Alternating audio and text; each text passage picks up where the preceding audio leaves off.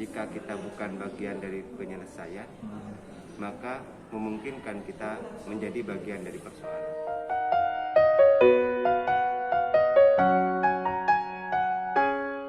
Melayani pasien COVID dengan sungguh luar biasa. Yang kedua, pertumbuhan ekonomi prediksi 2022 itu antara 5% sampai 5,5%. Yang ketiga, kesetiakawanan. Saya melihat pandemi ini mestinya memang sedang menguji kita semua untuk bisa mendorong kesetiakawanan yang juga bersamaan dengan Dirgahayu Republik Indonesia yang ke-76. Semangat mendorong kesetiakawanan ini sedang diuji oleh sejarah, bahwa pandemi ini tidak hanya menguji kesabaran keikhlasan, tetapi menguji nasionalisme, kesetiakawanan, kebersamaan kita semua antar satu bangsa. Di beberapa negara lain misalnya seperti yang terbaru Afghanistan, memberikan gambaran kepada kita bahwa menipisnya nasionalisme, mengurangnya kesetiakawanan itu akan menimbulkan clash, gesekan di antara sesama satu bangsa.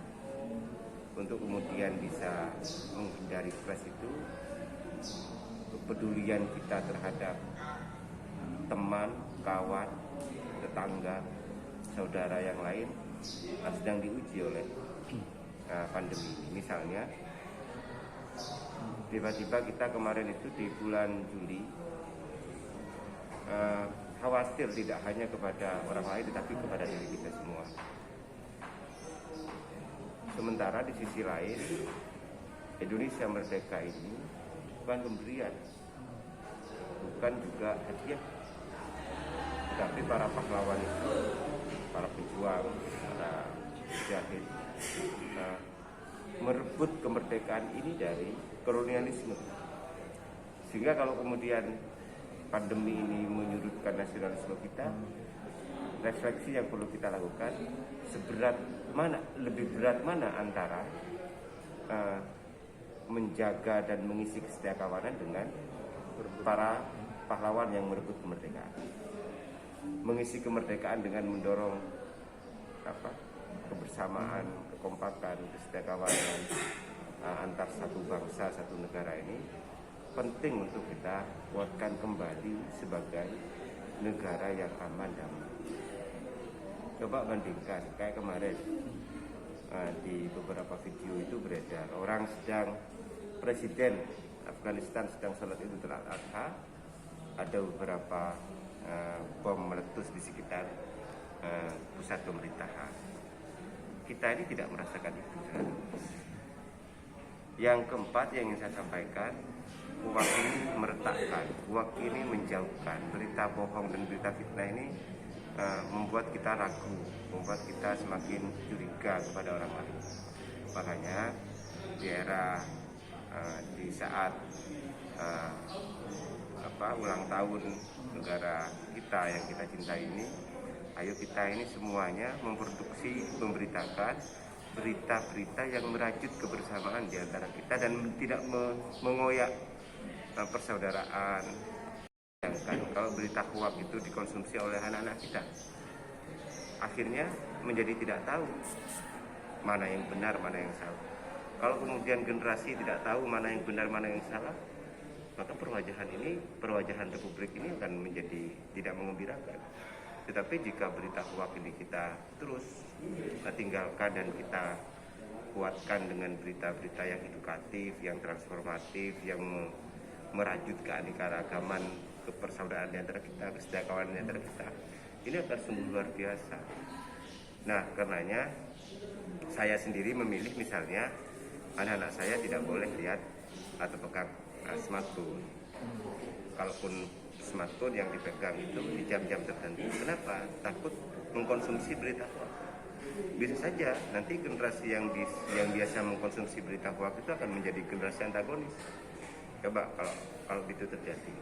Nah, saya syukur yang sedalam-dalamnya 76 tahun Indonesia merdeka ini, soliditas, kebersamaan, harmoni, dan komitmen untuk saling peduli, saling mencintai sebagai satu bangsa dan negara ini semakin kuat di antara kita semua. Peduli, tidak saling mengeluh di antara kita semua dalam kondisi seperti ini. Betapapun ekonomi kita sekarang sedang turun, ya oke, karena dampak pandemi. Tetapi sedang turun ini harapan saya tidak saling menyalahkan, tetapi saling menguatkan bahwa kita ini sedang menghadapi pandemi. Dan dalam kondisi pandemi ini, syukur alhamdulillah jika kita ini tetap bisa bersyukur. Dalam Al-Quran itu kan begini, la in syakartum la azidannakum wa la in kafartum inna adzabi lasyadid. Jika kita bersyukur ya dalam kondisi apapun Allah akan menambahkan nikmat. Nikmat apa? Nikmat ketenangan, nikmat kebahagiaan, nikmat bisa bersyukur nih.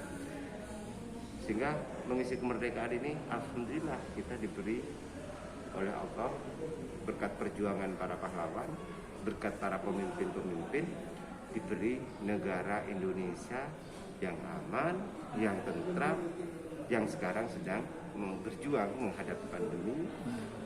Dan mudah-mudahan kita dengan soliditas, dengan kebersamaan yang kita miliki, pandemi ini segera berakhir dan kita segera tumbuh. Dan kenapa tumbuh? Karena kita tangguh. Tangguh kenapa? Karena soliditas, kesetiakawanan semakin baik di antara kita. Itu kira-kira. Mungkin ada kata-kata motivasi Pak di hari kemerdekaan ini. Saya ini pernah baca buku dulu, diksi pendek kata-kata begini: jika kita bukan bagian dari penyelesaian, maka memungkinkan kita menjadi bagian dari persoalan.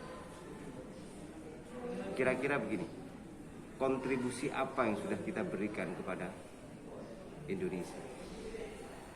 Sementara Allah menganugerahkan oksigen yang kita hirup setiap hari, air yang kita minum juga dari bumi Indonesia. Sekarang apa yang sudah kita berikan untuk Indonesia Raya?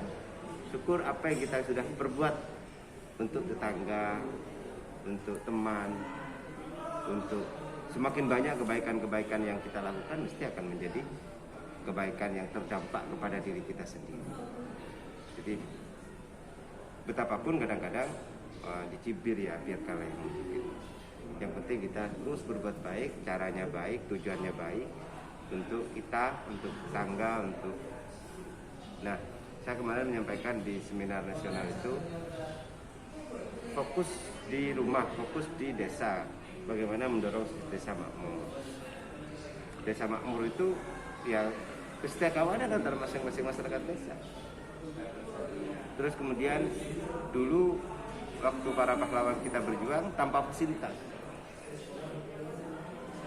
karena keyakinan, karena keinginan, lahir semangat, lahir etos, lahir luar biasa, akhirnya menjadi merdeka. Nah sekarang ini sudah fasilitas lengkap, tinggal bagaimana kita sedang diuji oleh sejarah juga kesetiakawanan antara kita itu. Oke ya.